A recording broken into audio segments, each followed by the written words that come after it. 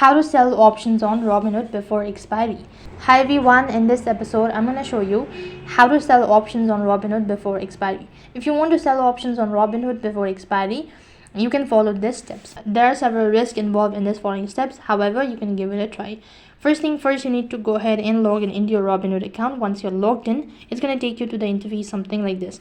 Over here, go ahead and navigate to your option trading and click the options button. Select what you actually want to sell, close, or put whatsoever. Go ahead and type in the one.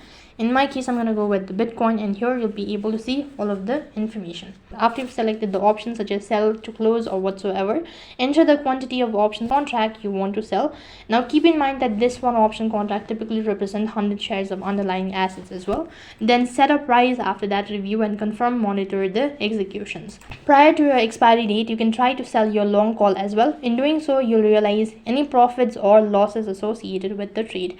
If you sell your options for more than your purchase price, you'll profit. If you sell it for less than your purchase price, you'll realize a loss. So that's how you can sell options on Robinhood before expiry. That is all for this video. I hope the video was helpful. Make sure to like, share, and subscribe to our channel. Thank you for watching. See you in the next video.